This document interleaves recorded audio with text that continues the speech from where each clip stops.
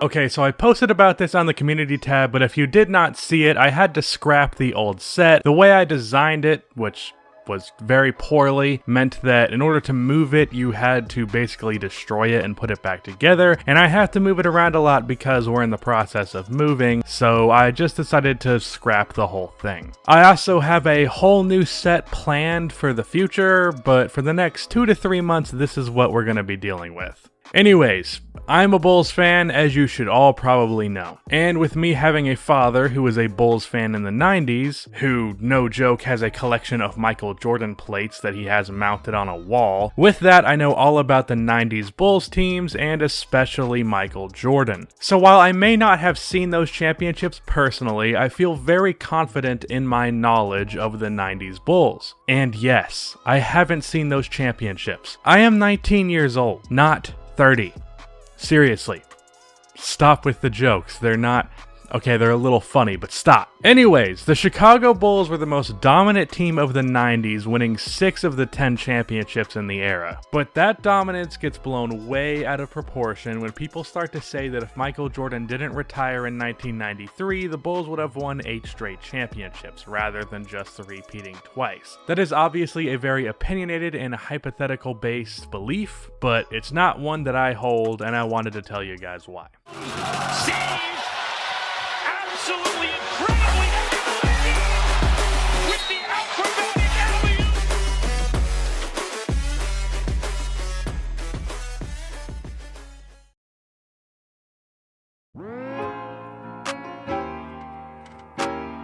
In 1993, Michael Jordan shocked the world by announcing that he was retiring from the game of basketball, which ruined all title hopes in Chicago and completely opened up the rest of the NBA to a chance at winning a championship.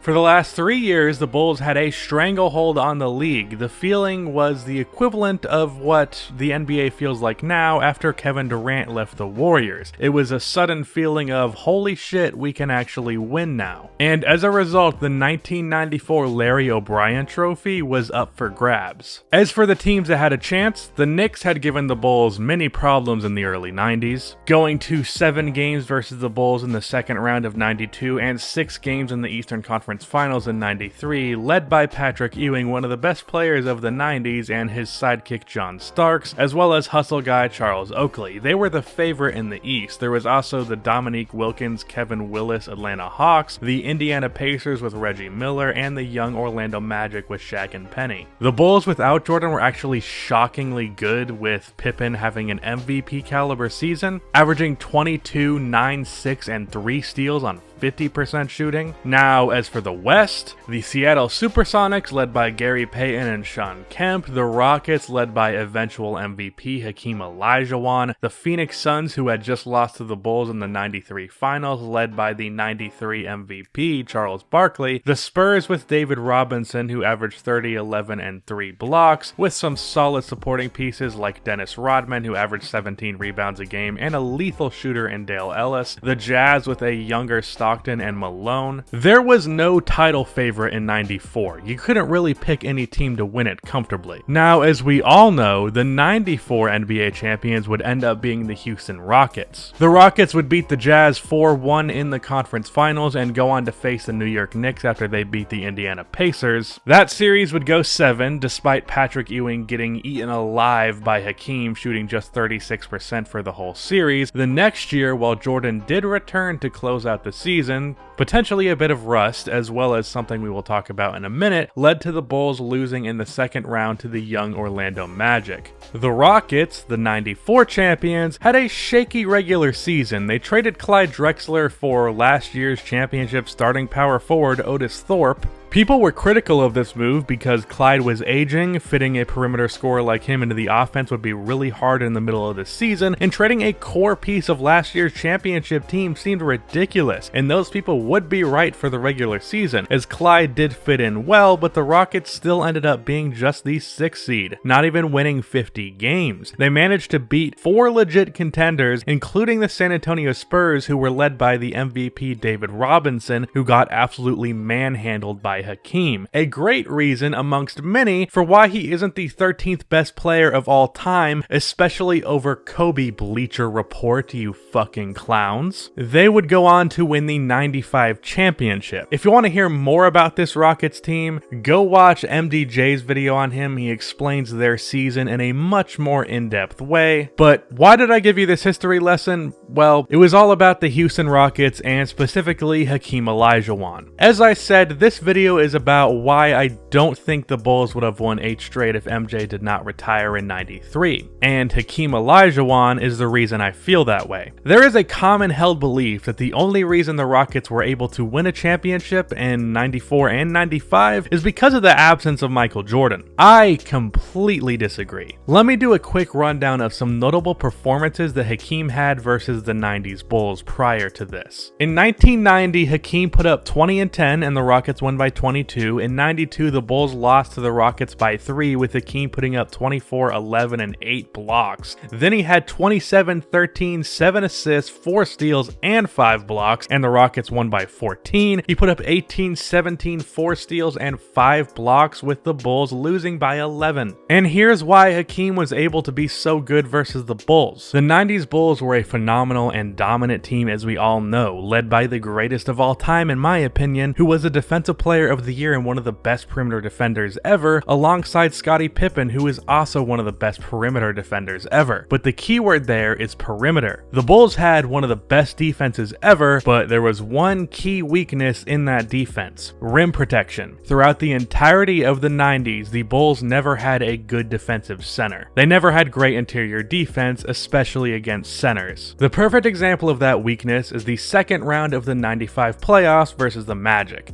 I said I'd talk about that series some more, so here we go. A lot of people attribute Jordan's only postseason loss after 1990 to Jordan being rusty. He came back and averaged 27 points for the last 17 games of the year, but he shot just 41% from the field. So MJ being away from the game for so long definitely affected him in the regular season, but in the playoffs, Jordan was ready. He averaged 31 on 48% shooting, which was up to his standard. For the second three-peat, Jordan averaged 31 on just 45% shooting for the playoffs. So he actually performed pretty damn good in the playoffs as per usual. You could argue that throwing Jordan onto the team towards the end of the season was a bit of a shock to the rest of the roster, which is a fair point, but no one else on this team underperformed. The Bulls were at full strength, and they lost in the playoffs to a dominant big man. Shaq averaged 24 and 13 with Luke Longley guarding him in that series, because Luke Longley was guarding him in that series. And when you look back at the team that gave the Bulls the most trouble during the first three-peat, it was the New York Knicks, led by Patrick Ewing. Now you might say, well, if the Magic could beat the Bulls, why not the Knicks? Well, I think it comes down to the fact that the Magic also had a really well-rounded roster with some scoring from the guard and wings. Outside of John Starks, there really wasn't much scoring outside of Ewing, so a dominant big man alone can't take down the Bulls, nor do I mean to imply that it can. But throw a dominant big on top of an already solid NBA roster, and you can hit the Bulls in their weak point. And I do want to clarify that by big, I mean center, because the Bulls encountered a couple of really good power forwards in the finals, but they always had solid defensive power forwards, either Horace Grant or Dennis Rodman.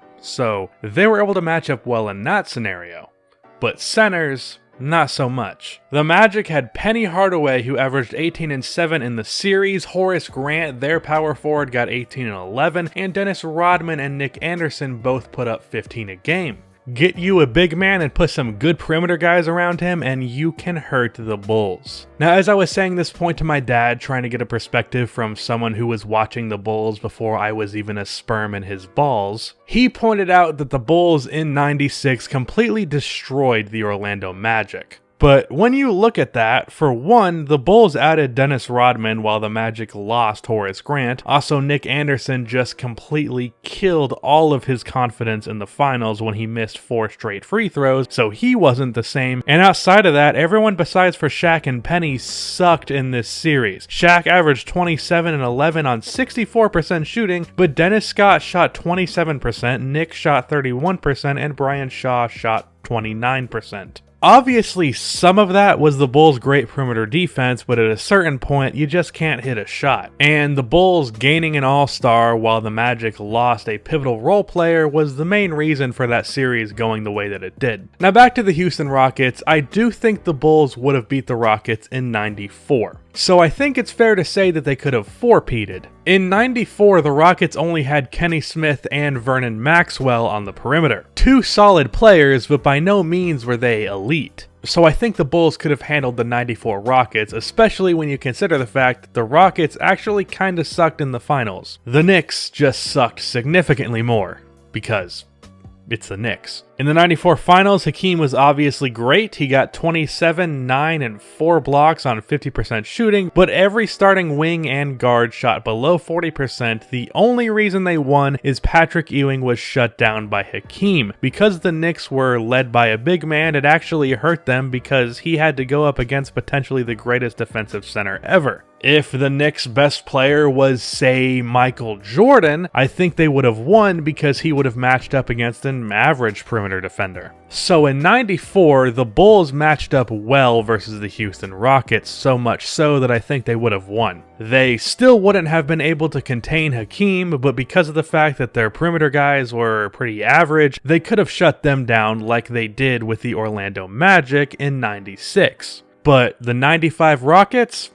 They would have won. Let's just say that Michael Jordan being on the Bulls for the entirety of 1995 would mean that they would pass the Orlando Magic in the playoffs. I don't think that's true, but let's just say that's how it goes. And they end up in the finals versus the Rockets. I don't think they could have beaten the Rockets, and the reason why is Clyde Drexler. As I said earlier, a dominant big with some good perimeter play is the Bulls' weakness. Hakeem plus some good role players is not that, but Hakeem plus a 20-plus point score and Clyde Drexler is enough for sure. The team that beat the Bulls in '95, the Orlando Magic, lost in 4 to the Rockets that year in the finals. Those games were close, but it was a sweep nonetheless. So if the team that beat the Bulls got swept in the '95 finals, the Bulls definitely would not have beat them in a 7-game series. Robert Horry and Mario Elie also stepped up a lot in that series. I don't know that that necessarily translates because